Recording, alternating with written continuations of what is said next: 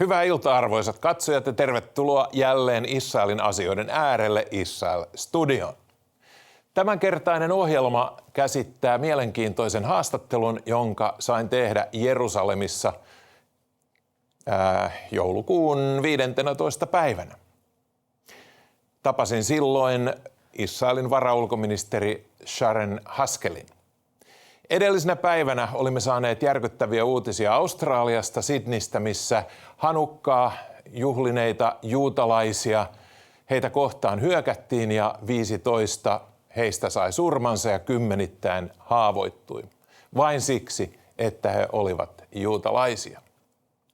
Seuraavaksi mielenkiintoisia ajatuksia varaulkoministeri Sharren Haskelilta ja siirrän tästä lähetyksen suoraan Jerusalemiin. It's always a pleasure, even during hard times, to be here. Let's start first by talking a few words about your job. Mm-hmm. How does the work of a deputy foreign minister differs from the foreign minister? What's your scope? What's the scope of your work? So first of all, it's important to understand the foreign minister dictates the policy. And then I'm one of the arms to make sure to execute that. On a professional level, that speaks a lot about, public diplomacy, many interviews. I concentrate a lot on the African continent and the challenges that we've got in Africa.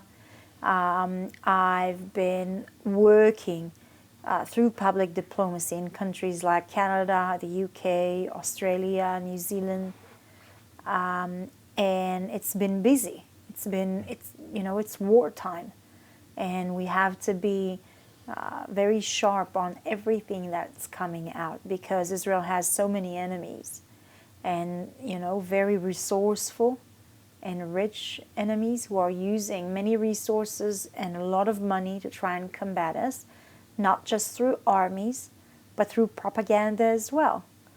And so this is a daily combat that we actually go into. On the personal level, I think as a woman it's quite challenging. I'm a mother of 3.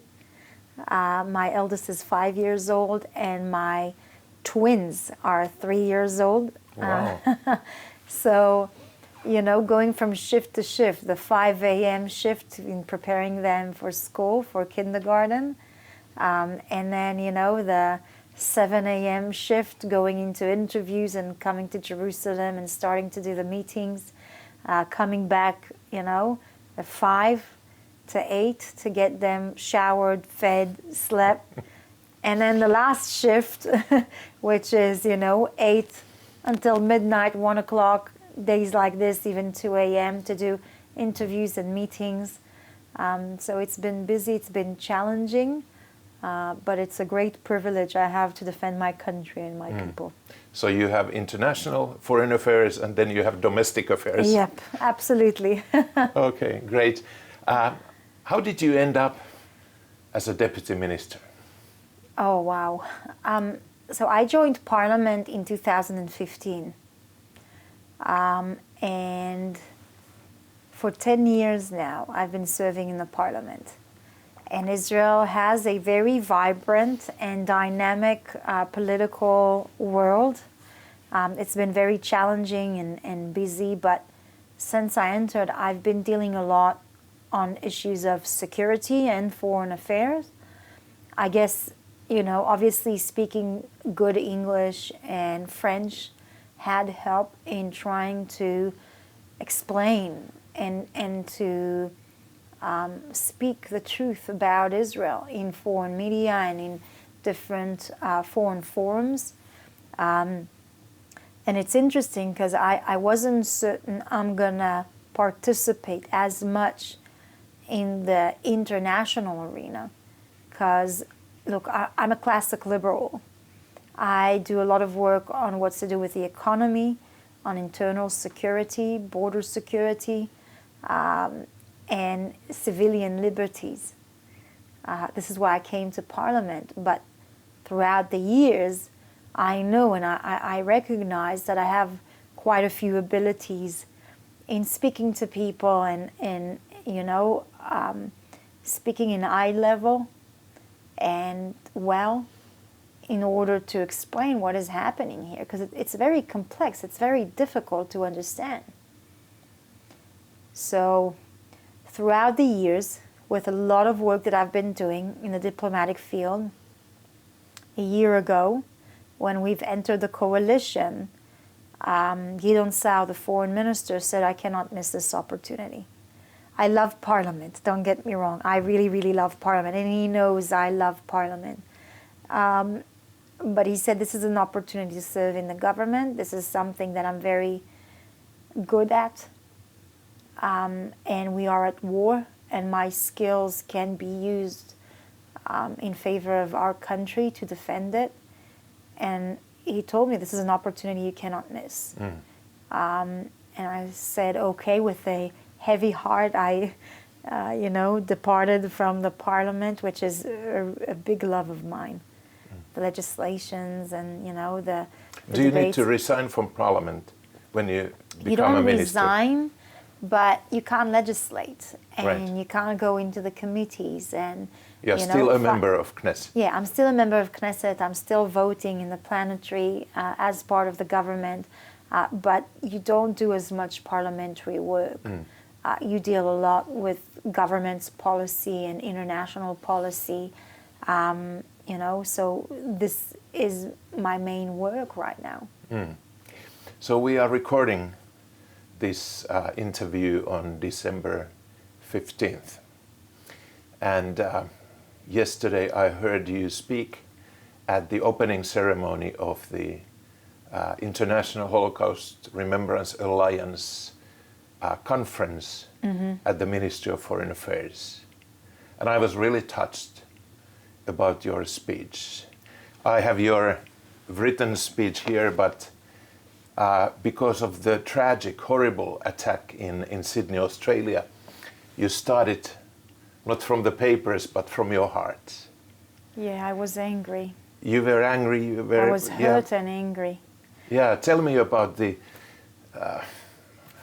This about was your my feelings and This is my community. I lived there for 6 years. in Australia. Yeah, in Australia. After my military service, I served for 3 years in the military, and I think my soul went there to recover as well from a very difficult period of times during the Second Intifada. And that was my home. That was my community. The Chabad house in Bondi. I participated in so many of their events. And so I had all these friends that were calling me up and sending me images and telling me that they're safe. And I was so anxious. I was heartbroken. And I was so angry. So angry. Because this could have been prevented. So we discussed about the Sydney attack. And you said that it was preventable, Yeah. which it wasn't. So what do you mean by that? I mean that for 2 years, the President of Israel, the Prime Minister, the Foreign Minister, I, myself, were warning them that if they don't act now, it will end with blood. Look, there was a massive rise in anti-Semitism in Australia. Hundreds of % of cases and events and violence against Jews and the Jewish community and Jewish businesses and in workplaces, racism towards Jews. The 9th of October, when people went out celebrating the Hamas massacre, chanting, gas the Jews, globalize the Intifada. Or just a few months ago, where parliament members and ministers in the current government were marching in the Sydney Bridge with pictures of Nasrallah or other Iranian leadership, with flags of Hezbollah, of terrorist organizations. What do you think is the message that is going to be sent across to radical extremists in Australia? That they justify it. They didn't take an action against it, and they could. And unfortunately, there were a lot of beautiful speeches, but there was no action behind them. So, as I heard the news, and little by little I understood, so it was a massacre of 16 people, as 15. 15, Yeah. and dozens Of injured. injured. So, what about the police? Was they there? Well, were they protecting the Jewish community What at all? what I understand, this event was guarded with security. Some of the first one to be targeted by the father and son from a Pakistani background. They shot them first, the security guard, the police officers. And some who were there were just in shock, I think, and they didn't respond. It was a local hero who actually jumped on one of the gunmen, I think it was the father, and pulled his gun away. So even in an event that is being guarded by police forces, by security forces, there's still no security for Jews. They went hunting for Jews. They took out hunting rifles and they went hunting for Jews. Let's go back to your speech yesterday at the Foreign Ministry. So, as I'm having your written speech here, but you were kind of in tears, you were angry, you were... No, I was angry. I was heartbroken and angry. I know I will know some of these victims. That was my community. I lived in Sydney for almost 6 years. This is personal. And I was furious because things and measures could have been taken in order to try and prevent something like that. The writing was on the wall, so I was furious. Yeah, I saw a letter from a Prime Minister Netanyahu to Prime Minister Albanese of Australia. That was kind of one of those writings on the wall. Yeah.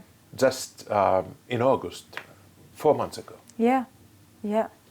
But so it seems I'm not an expert in international relations, but I try to understand more and more, and it seems that under Prime Minister Albanese, the relations between Australia and Israel haven't improved much. Yeah, I would be lying if I would say there's no strain or there's no challenges in our relationship. I know that, for a very long time, Albanese is a pro-Palestinian protesters, activist. But I think that, during the last 2 years, instead of clearly thinking about foreign policy, one of Australia's greatest allies, historical allies, with such strong ties in security and business and technology and so much more.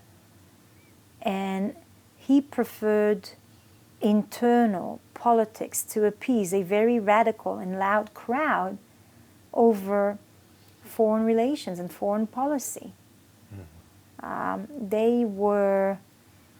Their rhetoric was one that adapted propaganda being sent by Hamas, backing a Hamas terrorist organization, backing UNRWA, which its workers have participated in the October 7 massacre. Much of the rhetoric that was repeating a lot of Hamas's propaganda have created an atmosphere, an acceptance or giving legitimacy to violence against the Jewish community. That's what it did. So let's talk about diplomacy. So many countries, including Australia, recognized the so-called State of Palestine. And Israel is objecting it. So what are your grounds behind your opposition for the recognition? Well, there was a recognition, and what happened? Nothing. That's the reality of it. On the contrary, when they recognized the Palestinian state, that was when Israel was negotiating with Hamas during a very sensitive time where we tried to break a ceasefire deal, where the Americans were putting pressure to break a ceasefire deal. And an indication that we've received prior to that was that a deal can be reached. But almost on a weekly basis, once with the Dutch foreign minister who called for a meeting to boycott Israel economically, and then another meeting about the education, and then came the declaration. And it was Hamas leadership that says this declaration was the fruit of the 7th of October massacre. Which declaration? The New York one? Or? The two-state solution declaration of France and Saudi Arabia, Australia and Canada. Right. And Hamas got their message. Yeah. Hamas understood that the longer the war continues, the more they refuse a ceasefire or the return of the hostages, the more they will be rewarded for it. And so for them, it was a game where they didn't want to reach a deal. And that's when even Marco Rubio said it out loud in an interview. After many discussions, we saw that Hamas does not want to reach a deal. And it was because Hamas was rewarded constantly for refusing to sign it. The pressure was on Israel, where Israel already agreed to so much. And so that broke. The current ceasefire could have been signed months before that if it wasn't for the stupid declaration. And did it change the reality? Did it do anything? No. It only kept our hostages for months more in the dungeons of torture, being raped, being abused. That's the only thing it did. This is on their hands. So the Palestinian state, as they see it today, what do they see? I have no idea. Who is in the administration? What was really recognized? These are really good questions that should be addressed to those leaders. Because, I watched a parliament debate where they asked, what's the capital? Who's the prime minister? What's the government? And they have no answers. And rightfully. Because this was just, a campaign. Part of a campaign to appease internal political pressure from these governments. Governments that their majority in these countries, in Australia, in the UK, in France, in Canada, rely on a small majority that is based on Muslim immigration coming from Middle Eastern countries like Pakistan, Syria, Iraq, Lebanon, where in their school system, Jews are being demonized. Israel is being taught as a demon. They're being taught to hate us. And when they move to their new country, they are being taught, they are importing that hatred, that anti-Semitism into their new country of origin. But are you saying that those countries you mentioned, they recognize the state of Palestine because of their own Arab Street in the UK, in France, in Australia? Absolutely. This is a build-up of internal political pressure, yes. Okay, hard to understand, but anyway, somehow understandable. So let's go back to the opening meeting of the International Holocaust Remembrance Alliance yesterday. So in your speech, in the written part of your speech, you said that if we are at a crossroads, we must choose our path. We must choose memory over amnesia, education over indoctrination, truth over distortion, courage over silence. So, as a European, I understand as I read them, but what do you see, which of those is the biggest and deepest problem in Europe related to the Holocaust remembrance and fighting anti-Semitism? All of them. All of them? All of them. And especially the education. Because the education is going to teach your children, you know, their values, their history, their tradition. And unfortunately, we see more and more the younger generation being educated, not necessarily in schools or by books, but by social media and trends and influencers who have a very cool 30 seconds clip who distort completely history, who changes completely the reality of what had happened. And so it is all forgetting, not being educated properly about it, being fearful and silent. Yeah, I agree with you, and I also disagree with you. I think the situation as a European, as a person from Finland, I think that the courage is the thing that people are lacking. What you mentioned, I think it relates to youth, younger people. But I think that the problem, as I see it, is that the elderly people or people over 40, 50 years. So I somehow relate it back to Germany in 1930s and 40s, when the good people, middle class people, they chose to stay silent, to live their good lives. Yeah. And I think that's the opposition of good people who are very loud and they are shouting. Good people are afraid of saying anything against those. It shows us that we haven't learned anything from history. Unfortunately. And trust me, we remember history.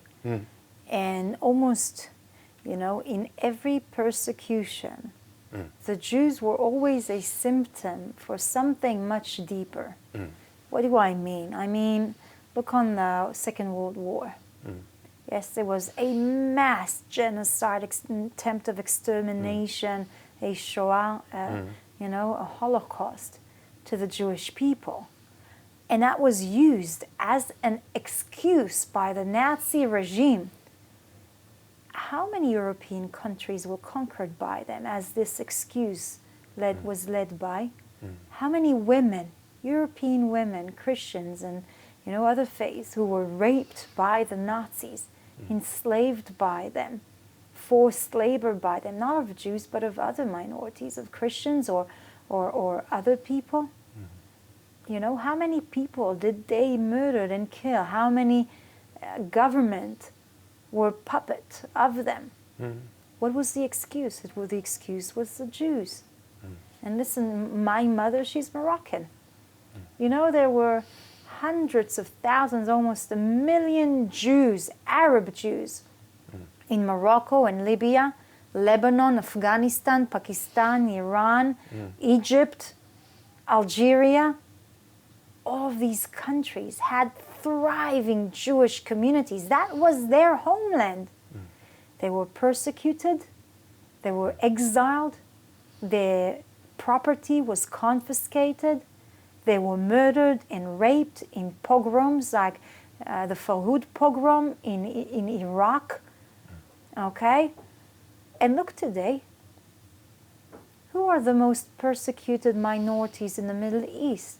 Christians, Kurdish, Alawis, Druze, Yazidis.